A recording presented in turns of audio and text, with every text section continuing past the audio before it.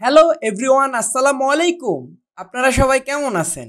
আপনারা দেখছেন আপনাদের পছন্দের এবং ভালোবাসার চ্যানেল বার্ডস অফ ভিলেজ।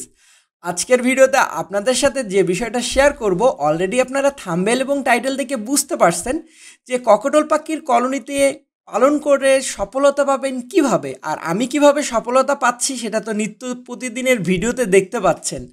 আলহামদুলিল্লাহ, আপনারাও কিভাবে সফলতা পাবেন সেই টিপসগুলো দিব। আজকের পর্বে দেখাবো হচ্ছে কলোনিতে কিভাবে পালন করলে সফলতা পাবেন। ইনশাল্লাহ কালকের ভিডিওতে আপনারা দেখতে পারবেন ককটেল পাখির খাঁচায় পালন করে কিভাবে সফলতা পাবেন। সো দুই পর্বের ভিডিও আজকে আপনাদেরকে ইনশাল্লাহ দেখানোর চেষ্টা করব। এইভাবে প্রতিটা পাখির, যেগুলো আমি খাঁচায় এবং কলোনি দুইটাই উভয়ে পালন করি, সেগুলোরও একটা টু একটা আপনাদেরকে দেখানোর চেষ্টা করব। তো চলেন মূল কথায় আসি। নাম্বার ওয়ান, ককটেল পাখি সাধারণত অনেক ভীতু পাখি। আর ভীতু পাখি হওয়ার কারণে যেটা হয়, ককটেল পাখি অল্পতেই কিন্তু ভয় পেয়ে যায়।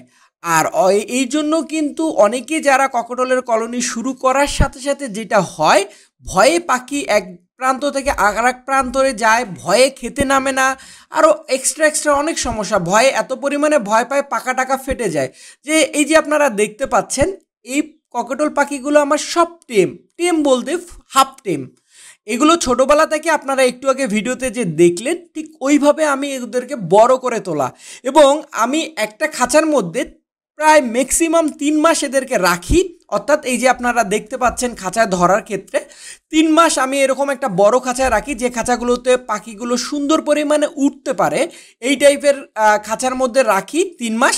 তারপর 3 মাস যখন বয়স হয়ে আসে, এই যে এরকম পরিপূর্ণ হয়ে আসে, তখন আমি আমার কলোনিতে পাখিগুলো ছাড়ি। এক্স্যাক্টলি আপনারাও সেম এইভাবেই করবেন। আমিও কিন্তু এইভাবেই প্রথমে শুরু করছি। এইভাবে যদি আপনারা করেন তাহলে আপনার ককটেল পাখির ভয় দূর হবে, পাখিগুলোর আপনার সাথে একটা ফ্রেন্ডলি সম্পর্ক হবে। আর আপনি যদি কলোনিতে ভয় দূর না করতে পারেন তাহলে কোনোভাবেই সফলতা পাওয়া সম্ভব না। এটা হচ্ছে number one tips. Number two যেটা বললাম সেটা হচ্ছে 3 মাস বয়স করে তারপরে আপনাকে ছাড়তে হবে। অনেক ছোট ছোট পাখি আপনি ছাড়লেন কিন্তু এগুলো উঠতে পারছে না, খাইতে পারছে না, সেক্ষেত্রে আপনারা পাখিগুলো থেকে সফলতা পাওয়া সম্ভব না। তারপর নাম্বার 3 যেটা দেখতে পাচ্ছেন আপনারা স্ক্রিনে, অনেক বড় একটা খাবারের পত্র আমি দিয়ে দিছি এবং তাদের পছন্দের যে খাবারগুলো, এই খাবারগুলো আমি প্রোভাইড করে থাকি। তো প্রথমে যখন আপনারা কলোনি শুরু করবেন, অবশ্যই এই রকম টাইপের বড় বক্স টাইপের দেওয়ার চেষ্টা করবেন, যেখানে পাখিটা নিয়মিত নামতে পারবে। এবং অনেকেই কলোনি আসলে একটা কম্পিটিশনের জায়গা। এই কম্পিটিশনের জায়গার কারণে অনেকে খেতে পারে না। এই জন্য আপনাদেরকে ওইভাবে সুন্দরভাবে সিস্টেম ওয়াইজ রাখতে হবে। তারপর 4 নম্বরে যেটা করতে হবে, পাখিগুলোকে প্রচুর পরিমাণে প্রোটিন খাবার দিতে হবে। এরকম সফট ফুড সপ্তাহে 1 দিন করে দিতে হবে, শাকসবজি দিতে হবে। কারণ কলোনির পাখিগুলো গ্রিট, ক্যাটেলফিশ বোন দিতে হবে, কারণ কলোনির পাখিগুলো প্রচুর পরিমাণে উড়াউড়ি করে। আর প্রচুর পরিমাণে উড়াউড়ি করার কারণে এদের কিন্তু খাদ্যের তালিকাটা অনেক স্ট্রং রাখতে হয়, না হলে কিন্তু পাখিটার প্রোটিনের অভাব পড়বে, আয়রনের অভাব পড়বে। নানান সমস্যার কারণে পাখিগুলো অটোমেটিকলি আপনারা আস্তে আস্তে আস্তে আস্তে পাখিগুলো উইক হয়ে যাবে। এই জন্য খাবারের তালিকাটা এবং পানির পট বড় দেওয়ার চেষ্টা করবেন। এগুলো আপনাদেরকে অবশ্যই করে রাখতে হবে যদি আপনারা কলোনিতে সফলতা পেতে চান। তারপর ফুল অ্যাডাল্ট না হওয়া পর্যন্ত পাখি কোনোভাবেই কলোনিতে ছাড়া যাবে না। ফুল অ্যাডাল্ট অর্থাৎ যতক্ষণ পর্যন্ত পাখিগুলো ফুল অ্যাডাল্ট দেওয়া হওয়া পর্যন্ত, আমি এটা একটু ভুল বলে ফেলছি। আপনারা তো 3 মাস বয়সে ছাড়বেন, এই পয়েন্টটা নিয়ে আমি পরে কথা বলতেছি। আমি তার আগে আপনাদেরকে যেটা বলতেছি 5 নম্বর পয়েন্ট, সেটা হচ্ছে কলোনির পাখির জন্য পর্যাপ্ত পরিমাণে উড়াউড়ির ব্যবস্থা রাখতে হবে। তারপরে হচ্ছে এই যে আপনারা দেখতে পাচ্ছেন ফ্লাইং কেসের ব্যবস্থা রাখছি বাইরে, যদি আপনারা পারেন এরকম করে দিবেন। কারণ এটা আমার কাছে মনে হয় আমার পাখির জাদুর খাঁচা। এটা এই যে রোদ আসলে রোদ তাপাইতে পারে, বৃষ্টি আসলে বৃষ্টিতে গোসল করতে পারে, সুন্দর একটা ব্যবস্থা। এটা নিয়েও ভিডিও দেওয়া আছে, চাইলে আপনারা এই ভিডিওগুলো আবারও দেখতে পারবেন, ডিসক্রিপশন বক্সে লিঙ্ক দিয়ে দিব।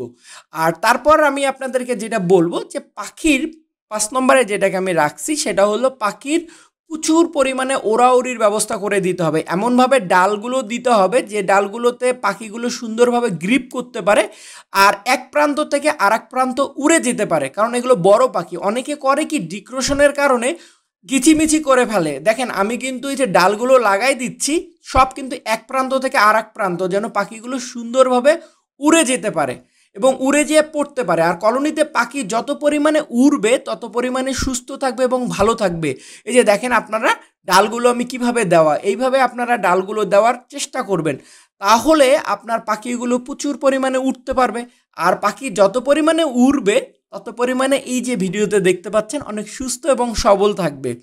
তারপর আপনাদেরকে যেটা বলবো আমি, খুব পয়েন্টিং একটা ব্যাপার, সাধারণত আমার দেখা ককটেল পাখি আমার কাছে এমনও আছে অনেকে নিয়ে গেছে, বা আমি নিজেও যদি বক্স লাগাই 4 থেকে 5 মাসেও কিন্তু ডিম বাচ্চা করতে শুরু করে, কিন্তু এখান থেকে আসলে সফলতা পাওয়া সম্ভব না। পর্যাপ্ত পরিমাণে বয়স যদি না হয় তার আগে যদি আপনারা আপনাদের পাখিগুলোকে বক্স দেন, সাধারণত কলোনিতে হয় কি প্রচুর উড়াউড়ি হয়, ভালো খাবার পায়, যার কারণে পাখিগুলো দেখলে মনে হয় অনেক স্বাস্থ্যবান, অনেক হেলদি, অনেক গ্রোথ, কিন্তু রং। আপনারা 1 বছর না হওয়া পর্যন্ত আপনাদের পাখির বক্স লাগাবেন না কলোনিতে, কোনোভাবে বক্স লাগাবেন না কলোনিতে। যদি বক্স লাগায় থাকেন তাহলে কিন্তু আপনারা কোনোভাবে সফলতা পাবেন না। তারপর যেটা করবেন, যেমন আমি যেটা বলবো, আপনারা বক্স যখন লাগাবেন প্রতিটা পাখির জন্য 2টা করে বক্স দিতে হবে, এবং বক্সের মধ্যে আপনারা অবশ্যই ট্রে ইউজ করতে হবে, তারপরে হচ্ছে কাঠের সিল্কা ইউজ করতে হবে। কিন্তু নাম্বার 1 যেটা আপনাকে মাথায় রাখতে হবে, প্রতিটা পাখির জন্য 2টা করে দিতে হবে, কারণ কলোনি মনে কম্পিটিশনের জায়গা। আর এখানে বক্স নিয়েই গন্ডগোল লাগে। যদিও ককটেল পাখি খুব কম মারামারি করে, তারপরেও আমি দেখছি এদের বক্স নিয়ে অনেকটাই সময় মারামারি হওয়ার চান্স থেকে যায়। সেই ক্ষেত্রে আপনারা কষ্ট করে যারা কলোনি করবেন, যদি সফলতা পেতে চান তাহলে অবশ্যই আপনাদেরকে এই ব্যবস্থাটুকু রাখতে হবে।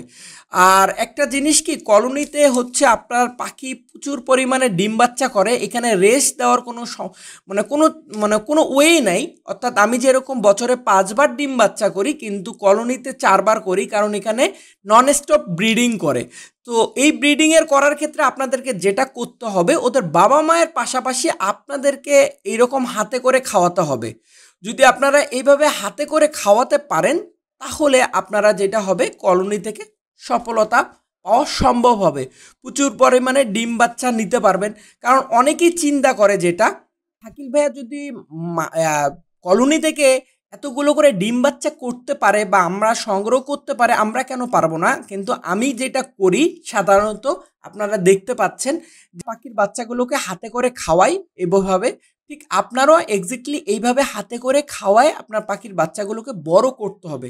তার পাশাপাশি যে কাজটুকু আপনাদেরকে করতে হবে, তো আপনারা যদি এইভাবে কন্টিনিউ, আমি যেগুলো বললাম এইভাবে যদি আপনারা আপনাদের পাখিগুলোর যত্ন নিতে পারেন বা এই অনুযায়ী যদি টিপস অনুযায়ী কাজ করতে পারেন, আলহামদুলিল্লাহ আমার বিশ্বাস আপনারা কলোনি থেকে সফলতা পাওয়া সম্ভব। এবং এই যে আপনারা দেখতে পাচ্ছেন এত সুন্দর একটা মুহূর্তের সাক্ষী আপনারাও হতে পারবেন, যদি আপনারা কলোনির সুন্দরভাবে শিডিউল অনুযায়ী যেভাবে আপনি বললাম ঠিক ওইভাবে যদি আপনারা আপনাদের পাখিগুলোর যত্ন নিয়ে থাকেন। তো কালকে ইনশাল্লাহ কালকের ভিডিওতে আপনাদেরকে দেখাবো খাঁচায় পালন করে কিভাবে সফলতা পাবেন, সেইটার টিপসগুলো আপনাদেরকে কালকের ভিডিওতে ইনশাল্লাহ দেওয়ার চেষ্টা করব। আর জানি না আপনাদের ভিডিওটা কেমন লাগলো, যদি ভিডিওটা ভালো লেগে থাকে অবশ্যই কমেন্টের মাধ্যমে জানিয়ে দিবেন, এবং বেশি ভালো লেগে থাকলে শেয়ার করে দিবেন, যাতে অন্য কেউ পাখি পালন করে তার এটা দেখে উপকারে আসে। সো এতক্ষণ আমার সঙ্গে থাকার জন্য অসংখ্য ধন্যবাদ। সবাই ভালো থাকবেন, সবার ভালোবাসার পাখিগুলো ভালো থাক। আজকের মতন বিদায় নিচ্ছি। আল্লাহ হাফেজ, আসসালামু আলাইকুম।